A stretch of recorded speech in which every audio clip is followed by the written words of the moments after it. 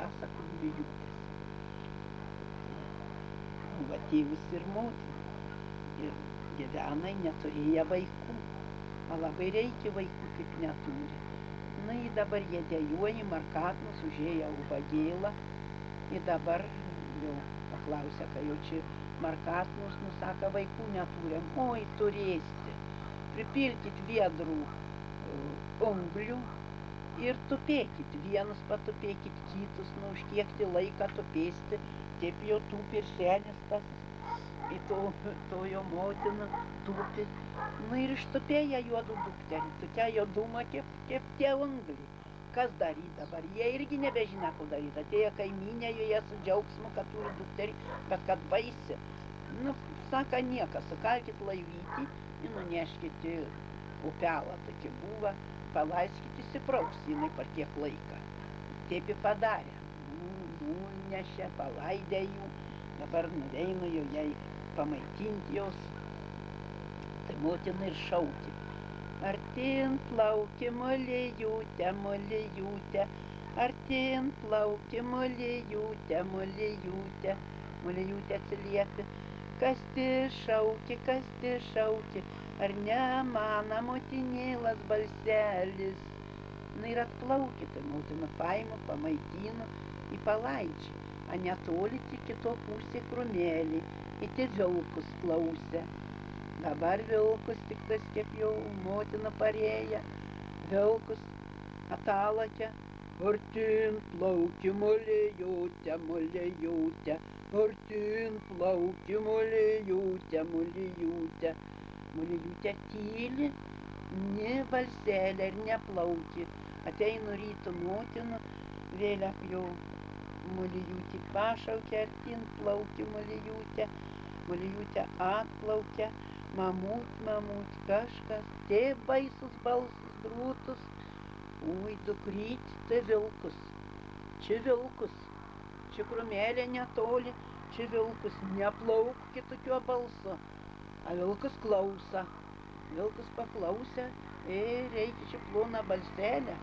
Vilkus pas kavolį. Kavoliuk, broliuk, paplok man ležuvėlį. Aš tau duosi žirnių sietų, aš tau duosi pupų sietų, aš tau duosi kviečių sietų. Ir dar jis daugiau tik prižadėja grūdų visokių. Bet kavolis gerai tuoj paėmė priekalų, tas priekalus tai raudonus, plaktukus irgi raudonus. Iškišk ležuvį čia.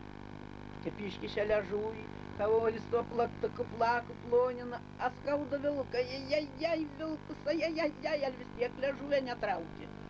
Kaip tik tais jau paploja, ležuvis plonus, tik streikt per vienų tvorų, pirs girstė tau pupų sietus, par kitų šokstų pirs girstė tau tų kviečių sietus, tik nupirksėja, nugirksėja, tam kavolį neužmukėja.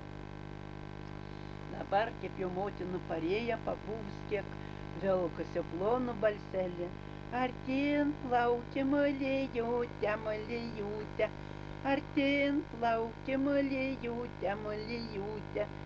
Molėjūtė atplaukė, vilkus pasiėmė molėjūtį ir įsinešė miškun. Dabar ateina motina, šaukė, artyn plauki molėjūtę, molėjūtę. Niekus nebetplaukė, laivelis plūduriuoja po vandenį, į grėblį atsinešė, išgraibė, gan nuskedus, niekur nerada. Parėję namo, nupūgė su tėvu vėl verkė, gaili tos molėjūtės, paskiau vilks mat užsiaugina jų ir apsiženyje. Už kiek metų kaimynus pamatė, kad molėjūtės sustvėrus su vilku po miškų vaikštą. Atėjo ir pasakė, saka, jūsų molėjūtė su vilku sustvėrus vaikštą. Oi, kas dabar daryti? Kaip atimti iš vilką molėjūtę? Agi žinai ką, motin saka, aš numirsim, muntos paguldykit, a jūs nuveikit kviestin pagradą. Gerai, pakūrė pečių, iškasė prie durų duobį didelį, primetė akmenų pečin, vandenį pristatė puodus, pečis kūrynas, nuvėję tėvus pakvietė, atėję. Vilkus sėdžin kiemas, timbur ištiesis, neina vidun. Molėjūtė, motinytė, guli kešilkus, bezdikė vilkus, verkė. Tėvus išėję, vilkie žintie, prašom krikštasuvų, jau gerbi vilkų kviečių stalą. Vilkas tik čiūkš, sustimuri biškį artin, bet vėl aksėdžia, vėl tėvus, vilkie žintie, prašom krikštasuvų. Jau per slankstį šliopt dubin. O ir ton motina nulentos atsikėla, ir tuos akmenus, ir žarėjais visus sumetė, vandenį supila rūškase. Molėjūtė jau gaili vilką. Vilkelis Simanėli, kas atneš man antelį, vilkelis Simanėli, kas atneš man žąselį, vilkelis Simanėli, kas atneš man avelį.